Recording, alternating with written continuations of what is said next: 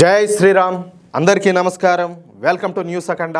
నేను మీ కస్తూరి శ్రీధర్. మిత్రులారా, వందే మాతర గేయం విషయంలో మన ప్రధాని మోడీ గారు ఒక సంచలనమైన ఒక అద్భుతమైనటువంటి నిర్ణయం అయితే తీసుకున్నారు. సరే, ఇంతకు ఆ నిర్ణయం ఏంటి అనేది ఈ న్యూస్ ద్వారా చెప్పే ప్రయత్నం చేస్తా. ఓకేనా? మన వందే మాతర గేయం వింటుంటేనే ఒళ్ళు పులకరించిపోతుంది. మన రోమాలన్నీ కూడా నెక్కబోడ్చుకుంటాయి. మనం ఆ సమయంలో వీలైతే లేచి నిలబడతాం, అంతకన్నా వీలైతే సెల్యూట్ కూడా చేస్తాం. వందే మాత్రం అనేది కేవలం ఒక గేయం మాత్రమే కాదు, భారత స్వాతంత్ర పోరాటానికి ఆత్మగా నిలబడింది. అలాంటి వందే మాత్ర గేయం విషయంలో ముందు అసలు ఏం జరిగిందో చెప్పే ప్రయత్నం చేస్తా.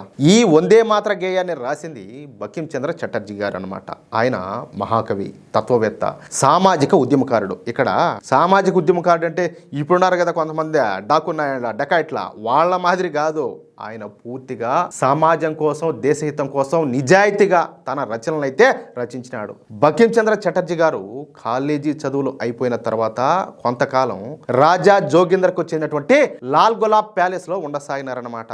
ఆ సమయంలో బంకిం చంద్ర చటర్జీ గారు రచనలపైన దృష్టి పెట్టారు. ఆ సమయంలో ఉద్భవించిందే మన వందే మాతర గేయం. వందే మాతర గేయం రాసిన సమయంలో ప్రకృతి కూడా పులకరించిపోయిందని చెప్పేసి కొంతమంది కవులు ఆనాడు పేర్కొన్నారు. మొదటగా 1875లో దీన్ని బంగదర్శన్ మ్యాగజైన్లో ప్రచురించారన్నమాట.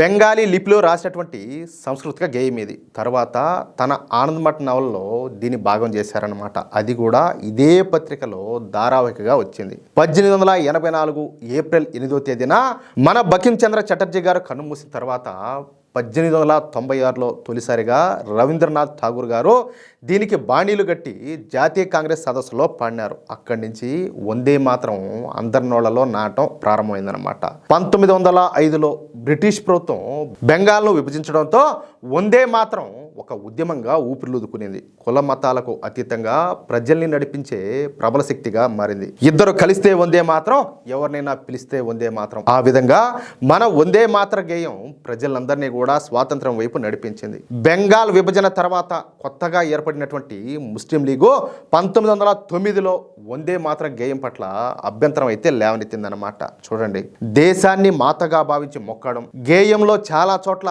కాళీ దుర్గామాతల పేర్లుంటాం.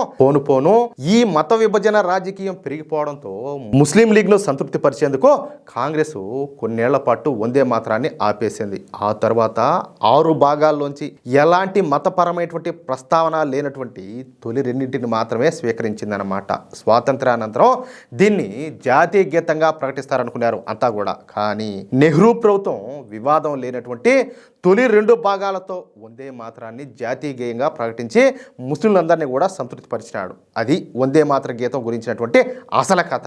మనం బంకిం చంద్ర చటర్జీ గారు రాసినటువంటి వందే మాత్ర గీతాన్ని ముక్కలు చెక్కలుగా చేసి చివరకు 2 చరణాలను మాత్రమే పాడే విధంగా అప్పటి ప్రధానటువంటి జవహర్లాల్ నెహ్రూ ఒక దిక్కుమాలినటువంటి నిర్ణయం అయితే తీసుకున్నాడు. అంతేకాకుండా మన వందే మాత్ర గేయానికి జనగణమనతో సరి సమానమైనటువంటి హోదా కూడా కల్పించాల. అయితే వందే మాత్ర గీతాన్ని రాసి 150 సంవత్సరాలైంది. దీంతో మన నరేంద్ర మోడీ ప్రభుత్వం ఘనంగా ఈ వందే మాత్రం వేడుకలు నిర్వహిస్తుందన్నమాట. ఈ క్రమంలోనే కొన్ని సంచలనమైనటువంటి నిర్ణయాలు కూడా మన మోడీ ప్రభుత్వం అయితే తీసుకునింది. ఇంతకు అవేమిటయ్యా అంటే, అన్ని ప్రభుత్వ కార్యక్రమాలు అలాగే పాఠశాలల్లో జాతీయ గీతం జనగణ మన కంటే ముందుగా జాతీయ గేయమైనటువంటి వందే మాత్రం ఆలపించాలని చెప్పేసి కేంద్ర ప్రభుత్వం అయితే పేర్కొనింది. ఈ మేరకు కేంద్ర హోంమంత్రిత్వ శాఖ మొన్న బుధవారం రోజున కొత్త నిబంధనలు అయితే జారీ చేసింది. వందే మాత్రం పాడినప్పుడు అందరూ కూడా లేచి నిలబడాలని కొత్త నిబంధనలో కోరిందనమాట. పద్మ అవార్డులు వంటి పౌర పురస్కారాల ప్రధాన వేడుకల్లో రాష్ట్రపతి హాజరయ్యే అన్ని ఇతర కార్యక్రమాల్లోనూ వాళ్ళ రాక, అదేవిధంగా వాళ్ళు వెళ్తూ ఉంటారు కదా, ఆ సమయంలో కూడా వందే మాత్రం ప్లే చేయాలని చెప్పేసి తెలిపిందనమాట. సినిమా హాళ్ళు వంటి బహిరంగ ప్రదేశాల్లో కూడా వందే మాత్రం ప్లే చేయాలని, అయితే ఈ సందర్భంలో లేచి నిలబడడం తప్పనిసరి అయితే కాదని చెప్పేసి పేర్కొనిందనమాట. అంటే అధికారిక కార్యక్రమాల్లో వందే మాత్రం ప్లే చేస్తున్నప్పుడు లేదా పాడుతున్న సమయంలో నిలబడడం అయితే తప్పనిసరి. అయితే సినిమా హాళ్ళ వంటి వేదికల్లో మధ్యలో వందే మాత్రం గేయం ప్లే అయినప్పుడు లేచి నిలబడడం తప్పనిసరి అయితే కాదనమాట. ఈ విధంగా 1937లో కాంగ్రెస్ తొలగించినటువంటి 4 చరణాలతో సహా మొత్తం 6 చరణాలు కూడా ఆలపించాలని చెప్పేసి మన కేంద్ర ప్రభుత్వం అద్భుతమైన నిర్ణయం అయితే తీసుకునేది. చూడండి, అంటే అప్పట్లో వాళ్ళు ఏదైతే తొలగించారో దాన్ని కూడా కలగలిపి 6 చరణాలు కూడా ఆలపించాలని చెప్పేసి మన మోడీ ప్రభుత్వం ఒక మంచి నిర్ణయం అయితే తీసుకునింది. ఈ దేశంలో పుట్టిన వారు ఎవరైనా సరే వందే మాతర గీతాన్ని ఆలపించాల్సిందేనని చెప్పేసి మన కేంద్ర ప్రభుత్వం సరైనటువంటి కండిషన్ అయితే విధించింది. అది విషయం. సరే, దీన్ని చాలామంది వ్యతిరేకిస్తారు. చాలామంది భారత్ మాతాకి జై అనరు, వందే మాతర గీతం అసలే పాడరు. ఎందుకంటే అవి వాళ్ళ మతపరమైనటువంటి అభిప్రాయాలు అనమాట. చూద్దాం ఏం జరుగుతుందో. మిత్రులారా, చూశారు కదా, వందే మాతరం అనేది కేవలం ఒక గేయం మాత్రమే కాదు, అది కోట్లాది మంది భారతీయుల గుండె చప్పుడు. చరిత్రలో ఎన్నో అడ్డంకులు ఎదురైనా నేడు మళ్ళీ తన పూర్తి స్వరూపంతో మన ముందుకైతే వస్తుంది. దేశభక్తిని చాటి చెప్పే విధంగా మన మోడీ ప్రభుత్వం తీసుకున్నటువంటి ఈ నిర్ణయం పైన మీ అభిప్రాయం ఏంటో కింద కామెంట్ రూపంలో తెలియజేయండి. దేశ ప్రయోజనాల కోసం, నిజమైనటువంటి వార్తల కోసం మన న్యూస్ అఖండ ఛానల్ను తప్పనిసరిగా సబ్స్క్రైబ్ చేసుకోండి. అలాగే ఈ వీడియో కనుక నచ్చితే లైక్ చేయండి, మిత్రులకు అందరికీ కూడా షేర్ చేయండి. జై శ్రీరామ్, జై హింద్, భారత్ మాతాకి జై.